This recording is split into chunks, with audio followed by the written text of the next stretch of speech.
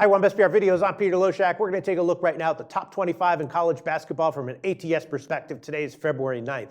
Xavier entered the top 5 this week. They're now ranked number 5, and they've lost their 2 last games in a row after starting the year off great ATS. But they're winning and rising in the rankings, and I think they might be a good bet in both of their road games coming up this week.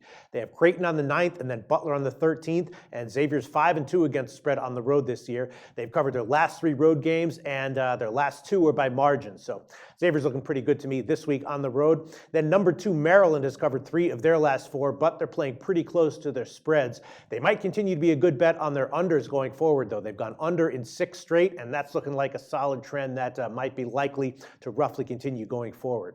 Then with 6 through 10, there's a big matchup this week when number 6 Kansas plays number 10 West Virginia. Kansas got 2 nice covers in their last 2 games. Before that, they had really been struggling ATS, and I'm guessing that they lose 2 out of their 3 upcoming games this week against the spread. Tonight against West Virginia, on Saturday at Oklahoma, and then at home on Monday against Oklahoma State. West Virginia is doing well ATS. They're coming off of 2 nice covers, and they're 13-7 against the spread overall on the year. And that would probably be my choice for the most likely of those 3 games to see a cover against Kansas. And then number 7, Virginia, has continued their tendency to cover games with competitive spreads, but lose against the spread when they're a big favorite. And this week, they might again be too big of a favorite at home against Virginia Tech. Virginia Tech's a team that's been very undervalued and a great bet recently. And then Virginia's upcoming road game at Duke might be tricky. The spread on that one is likely to be competitive, but Duke has been rapidly improving recently against their spreads. Then looking at 11 through 15, number 11, Oregon, is really coming on strong. They've covered 6 in a row and 8 of their last 9, and they look like they should continue to have line value going forward, although, of course, the Pac-12 is notoriously unpredictable. They have a road game coming up at Stanford this week, and Stanford has been pretty vulnerable recently against the spread. And then number 15, Texas A&M, is definitely stumbling lately. They've lost 4 of their last 5 against the spread and 3 of their last 4 straight up. And their last 2 ATS losses were by margins.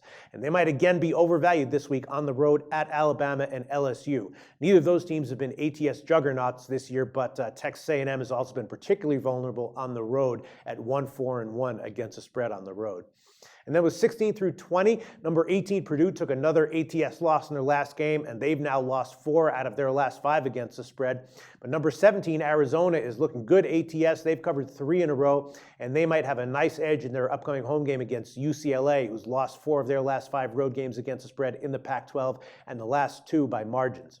And then rounding out the top 25 with 21 through 25, number 21 Baylor has been clearly overvalued recently. They're 0-5-1 against the spread in their last 6, and they might be, once again, a good fade in their upcoming road game at Kansas State. Kansas State's been good ATS overall on the year and particularly good at home.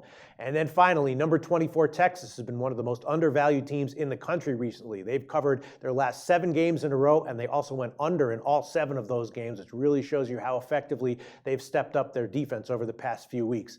This week they're at Iowa State and then at home against West Virginia, and those are 2 tough teams, so we'll see what the spreads wind up being for those games, but I wouldn't want to be betting against Texas right now at all. Their undertrending, though, might continue with those 2 games. We'll see. And that's a look at the top 25 in college basketball for February 9th.